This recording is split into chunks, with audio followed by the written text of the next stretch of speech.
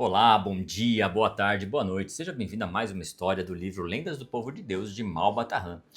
Hoje vamos ler o conto O Leão Irritado. Vamos a ele. Conta-nos a lenda que o Rei Leão, depois de uma noite agitada por maus sonhos e abalada por angustiosos pesadelos, acordou certa manhã muito irritado. Os animais da floresta, tomados de pânico, reuniram-se na clareira que ficava para além do rio. Que fazer? O Rei Leão está de mau humor, enfurecido. Como levar a calma e serenidade ao conturbado espírito do poderoso e invencível soberano? Tenho uma ideia, começou o prudente Camelo, dirigindo-se aos outros animais. O Rei Leão gosta de ouvir contar lendas. Encanta-se com as histórias maravilhosas de gênios e aventuras. É indispensável que um de nós vá, agora mesmo, ao palácio contar uma história ao Rei Leão. Estou certo de que ele, sob a ação da narrativa, ficará alegre e a tranquilidade lhe há de voltar ao coração.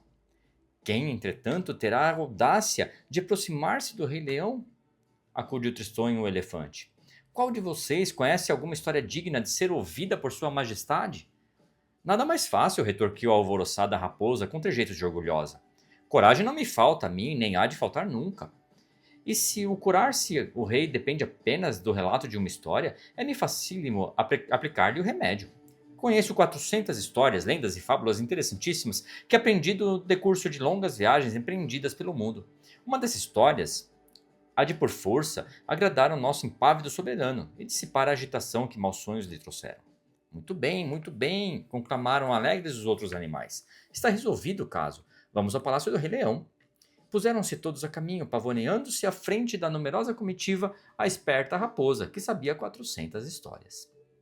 Em meio da jornada, porém, a raposa parou repentinamente e, assustada, a tremer, exclamou dirigindo-se aos companheiros: Meus queridos amigos, grande infortúnio acaba de ferir-me. Que foi que aconteceu? Indagaram os circunstantes aflitos. Das 400 histórias que eu tão bem sabia, esqueci-me agora do fio de 200.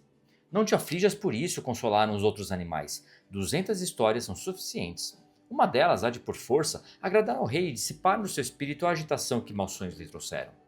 E o cortejo novamente se pôs em marcha pela larga e verdejante estrada que conduzia ao palácio do soberano da floresta.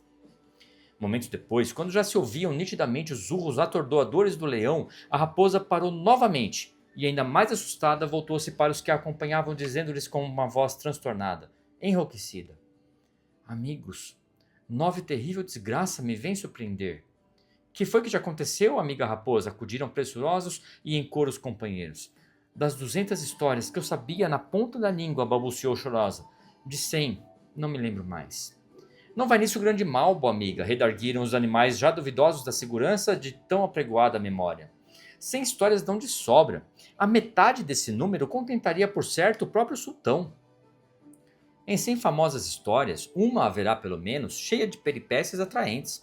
Esta há de agradar ao Rei Leão e dissipar do seu espírito a agitação que maus sonhos lhe trouxeram. E isto dizendo, puseram-se novamente a caminho, levando por diante a raposa, que parecia triste e abatida com seu apoquentador esquecimento. Quando o cortejo, que engrossara consideravelmente com a adesão de muitos outros animais, chegava diante do palácio do Rei Leão, a raposa teve um desmaio e rolou desamparada pelo chão. Reanimada, porém, pelos desvelos dos companheiros, reabriu os olhos e com voz sucumbida confessou tristemente a mastigar as palavras. Que desgraça, meus amigos! Não sei como ocultar-lhes que já não me lembro das 100 últimas histórias, de que ainda há pouco me recordava tão bem. A infanda revelação da raposa causou entre os animais presentes verdadeira desolação. Que fariam eles? Como remediar a situação? Já sabiam todos, pelos urros mais fortes e mais frequentes do Rei Leão, que Sua Majestade, exaltado e impaciente, já se achava na sala do trono, à espera do anunciado emissário que vinha trazer-lhe calma ao espírito agitado.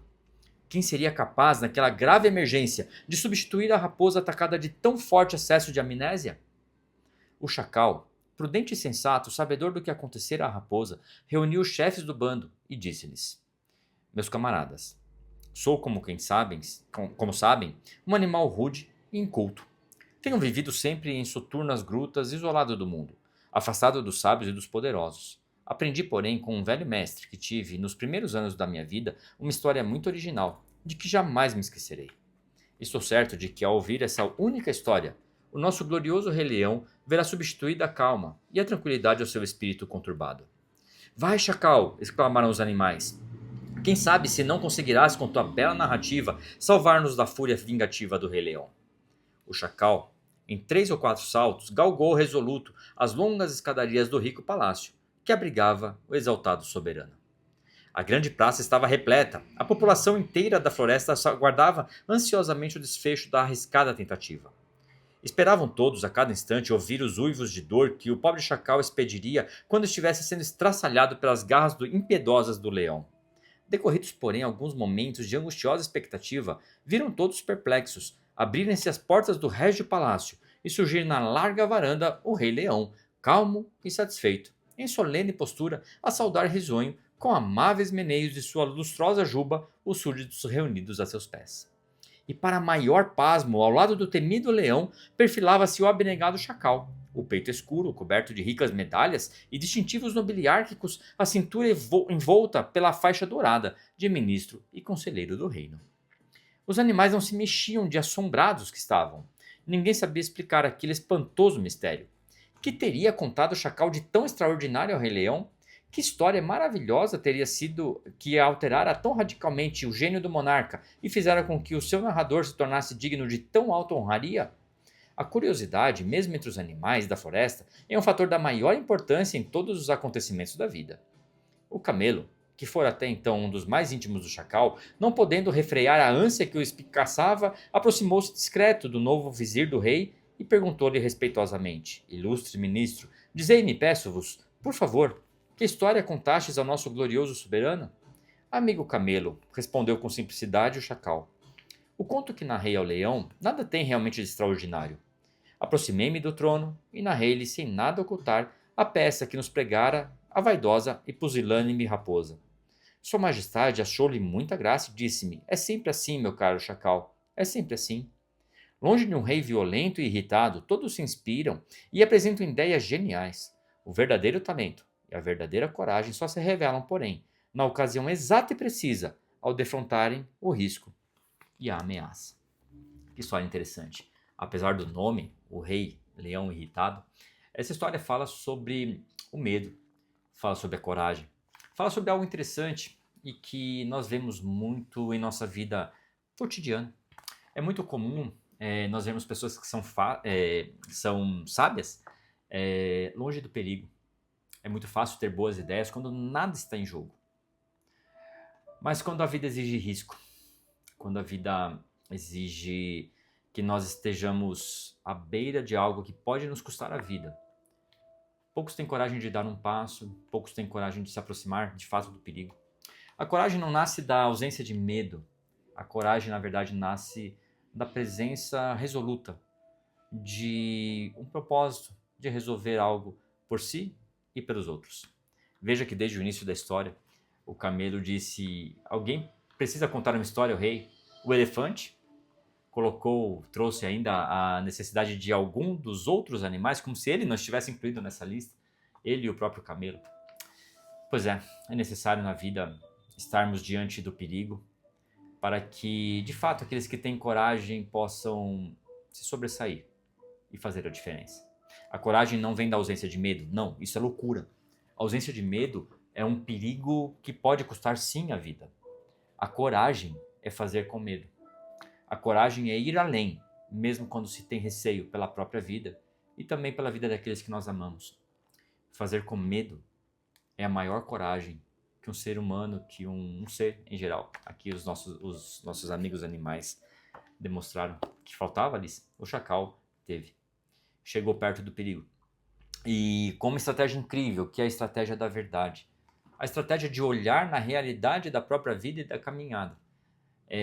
As aprendizagens necessárias que fazem com que pessoas comuns alcancem lugares improváveis, que fazem com que pessoas que parecem que não têm a menor capacidade de ocupar certos lugares consigam alcançar lugares de destaque e se tornem, quem sabe, um grande conselheiro de um rei. Se te falta coragem, se te falta algo que te impulsione, faça com medo mesmo. Se você não tem certeza de que é capaz de fazer, faça com medo mesmo. Se o perigo é grande, faça com medo mesmo. Se não lhe faltar medo, se não lhe faltar um frio na barriga, cuidado. Pode ser que você não esteja fazendo o que é certo. Se faltar coragem, se faltar uma vontade incrível de fazer, faça o que é necessário. Se sobrar medo, faça com medo mesmo. Porque o verdadeiro talento e a verdadeira coragem se revelam apenas diante do risco, diante de uma ameaça, diante do risco da vida, diante do risco do hoje, diante do risco do próximo desafio. Faça com medo. E com certeza você será recompensado na sua existência com uma diferenciação entre os que fazem e os que não fazem. Entre aqueles que têm grandes ideias apenas e aqueles que fazem acontecer. Não seja um colecionador de ideias, seja alguém que faz. Eu fui por muito tempo e ainda sou um colecionador de ideias, mas eu quero fazer. Talvez esse vídeo não esteja tão bem editado, talvez essa história não esteja tão bem contada, mas ela está contada, gravada e publicada. Talvez ela não seja a melhor narrativa, mas eu espero que ela possa te impulsionar a fazer o que você não faria antes de ouvir essa história. Que este relato, que essa história, que esse pensamento possa te ajudar, possa ajudar a você na sua caminhada e possa ajudar também outras pessoas que precisam de um empurrãozinho para que possam vencer o medo, não no sentido de derrotá-lo e não senti-lo mais, mas no sentido de ir com medo mesmo. Há muito o que se falar sobre o medo, mas por hoje é só. Espero que você tenha sido abençoado por essa história. Compartilhe com alguém que você acredita que será também abençoado por essa história, tá ok? E não se esqueça de curtir esse vídeo, de se inscrever aqui no canal para não perder nenhuma história. E eu te espero aqui no nosso próximo relato, nosso próximo conto, nossa próxima fábula. Até lá, que Deus te abençoe.